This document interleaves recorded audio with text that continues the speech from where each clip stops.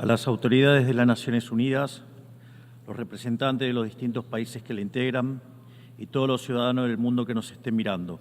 Buenas tardes. Para aquellos que no lo saben, yo no soy político, soy un economista liberal libertario, que jamás tuvo la ambición de hacer política y que fue honrado con el cargo de presidente de la República Argentina frente al fracaso estrepitoso de más de un siglo de políticas colectivistas que destruyeron nuestro país. Este es mi primer discurso frente a la Asamblea General de las Naciones Unidas y quiero aprovechar para, con humildad, alertar a las distintas naciones del mundo sobre el camino que están transitando hace décadas y sobre el peligro que implica que esta organización fracase en cumplir su misión original. No vengo aquí a decirle al mundo lo que tiene que hacer. Vengo aquí a decirle al mundo, por un lado, lo que va a ocurrir si las Naciones Unidas continúan promoviendo las políticas colectivistas que vienen promoviendo bajo el mandato de la Agenda 2030, y por el otro, cuáles son los valores que la nueva Argentina defiende.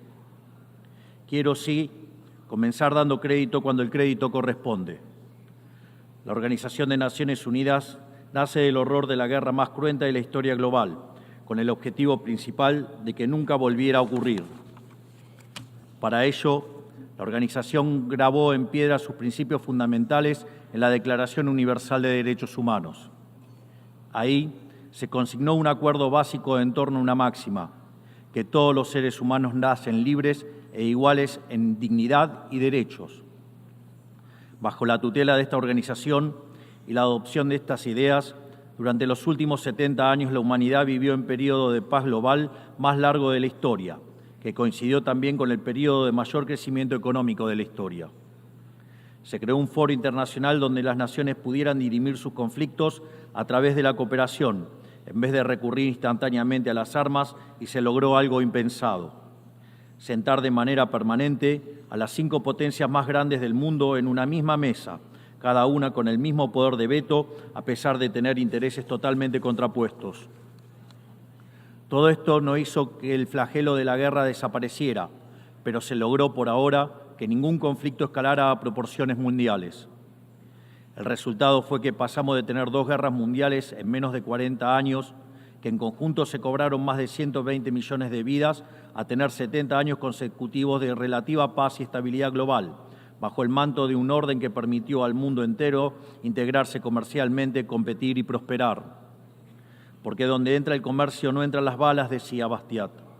Porque el comercio garantiza la paz, la libertad garantiza el comercio y la igualdad ante la ley garantiza la libertad. Se cumplió, en definitiva, lo que consignó el profeta Isaías y se lee en el parque cruzando la calle. Dios juzgará entre las naciones y arbitrará por los muchos pueblos. Forjarán sus espadas en rejas de arado y sus lanzas en podadoras.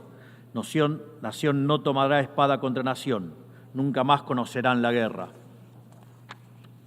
Esto es lo que ha ocurrido mayormente bajo la tutela de las Naciones Unidas en sus primeras décadas.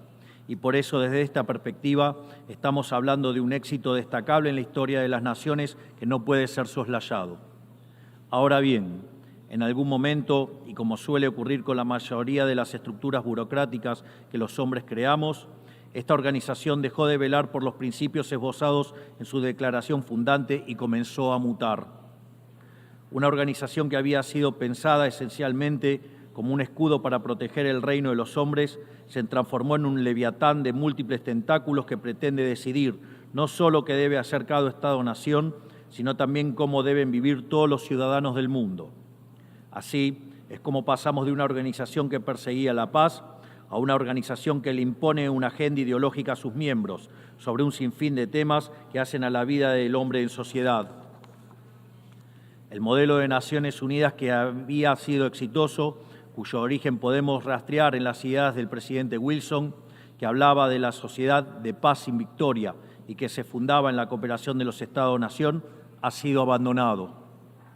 Ha sido reemplazado por un modelo de gobierno supranacional de burócratas internacionales, que pretenden imponerle a los ciudadanos del mundo un modo de vida determinado. Lo que se está discutiendo esta semana aquí en Nueva York, en la Cumbre del Futuro, no es otra cosa que la profundización de ese rumbo trágico que esta institución ha adoptado. La profundización de un modelo que, en palabras del propio secretario de las Naciones Unidas, exige definir un nuevo contrato social a escala global, redoblando los compromisos de la Agenda 2030. Quiero ser claro en la posición de la Agenda Argentina.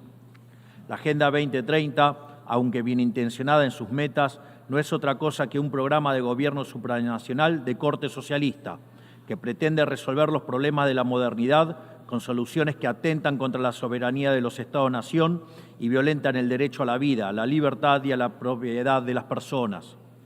Es una agenda que pretende solucionar la pobreza, la desigualdad y la discriminación con legislación que lo único que hace es profundizarla.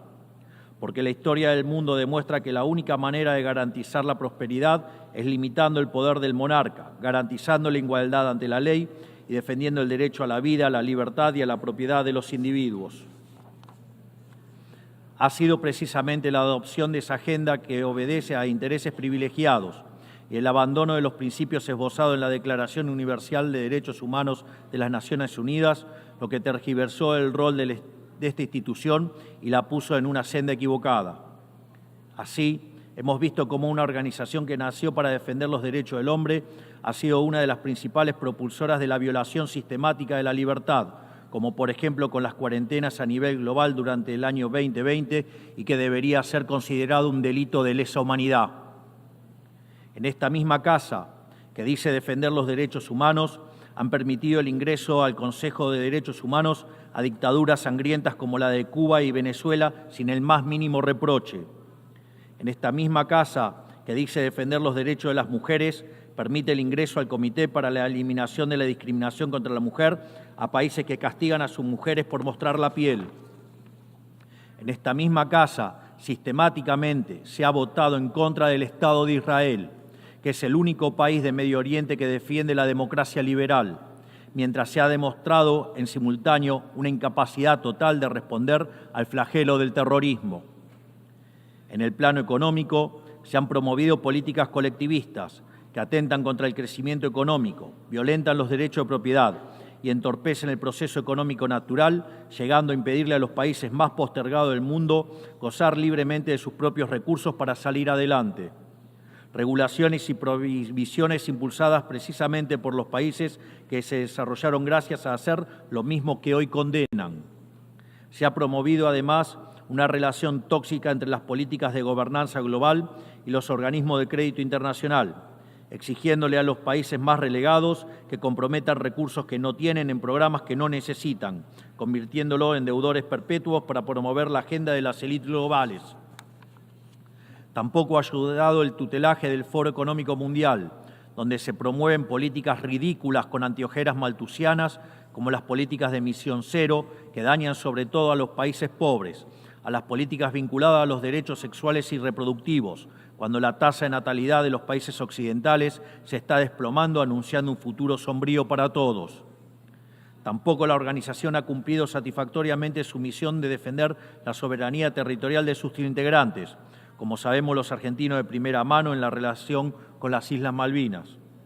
Y llegamos incluso a una situación en la que el Consejo de Seguridad, que es el órgano más importante de esta casa, se ha desnaturalizado, porque el veto de sus integrantes permanentes se empezó a utilizar en defensa de los intereses particulares de algunos. Así estamos hoy, con una organización impotente en brindar soluciones a los verdaderos conflictos globales, como ha sido la aberración y aberrante invasión rusa a Ucrania, que ya le ha costado la vida a más de 300.000 personas, dejando un tendal de más de 1 millón de heridos en el proceso. Una organización que en vez de enfrentar estos conflictos invierte tiempo y esfuerzo en imponerle a los países pobres que cómo y deben producir, con quién vincularse, qué deben comer y en qué creer, como pretende dictar el presente pacto del futuro.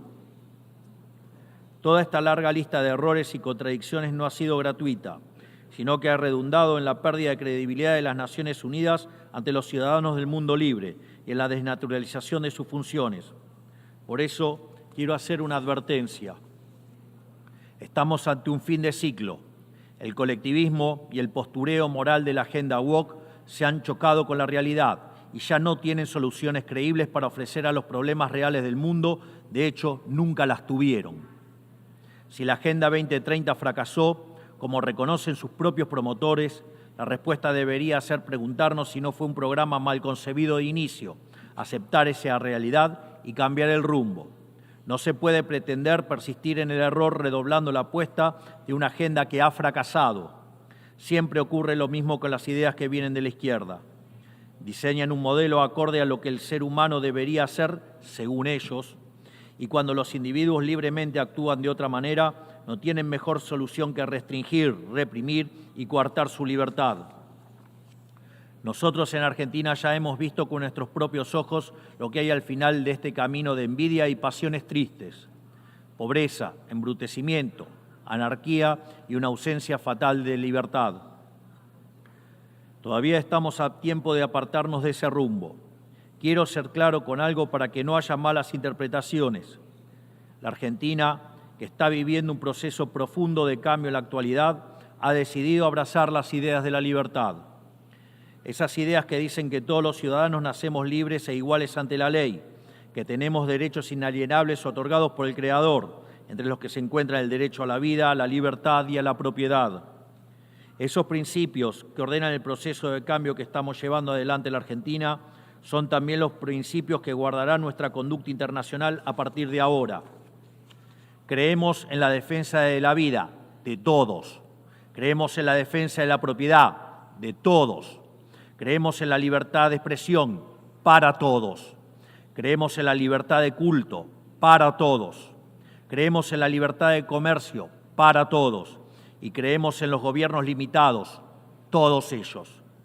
Y como en estos tiempos lo que sucede en un país impacta rápidamente en otros, creemos que todos los pueblos deben vivir libres de la tiranía y la opresión, ya sea que tome forma de opresión política, de esclavitud económica o de fanatismo religioso. Esa idea fundamental no debe quedarse en meras palabras, tiene que ser apoyada en los hechos, diplomáticamente, económicamente y materialmente, a través de la fuerza conjunta de todos los países que defendemos la libertad. Esta doctrina de la nueva Argentina no es más ni menos que la verdadera esencia de la Organización de las Naciones Unidas, es decir, la cooperación de naciones unidas en defensa de la libertad. Si las Naciones Unidas deciden retomar los principios que le dieron vida y volver a adaptar el rol para la que fue concebida, cuente con el apoyo inclaudicable de la Argentina en la lucha por la libertad. Sepa también que la Argentina no acompañará ninguna política que implique la restricción de las libertades individuales, del comercio ni la violación de los derechos naturales de los individuos. No importa quién la promueva ni cuánto consenso tenga esa institución. Por esta razón, queremos expresar oficialmente nuestro disenso sobre el Pacto del Futuro firmado el día domingo e invitamos a todas las naciones del mundo libre a que nos acompañen, no solo en el disenso de este pacto, sino en la creación de una nueva agenda para esta noble institución, la agenda de la libertad. A partir de este día, sepan que la República Argentina va a abandonar la posición de neutralidad histórica que nos caracterizó y va a estar a la vanguardia de la lucha en defensa de la libertad. Porque, como decía Thomas Paine, aquellos que desean cosechar las bendiciones de la libertad deben como hombres soportar la fatiga de defenderla. Que Dios bendiga a los argentinos y a todos los ciudadanos del mundo y que las fuerzas del cielo nos acompañen. ¡Viva la libertad, carajo! Muchas gracias. On behalf of the Assembly, I wish to thank the President of the Argentine Republic.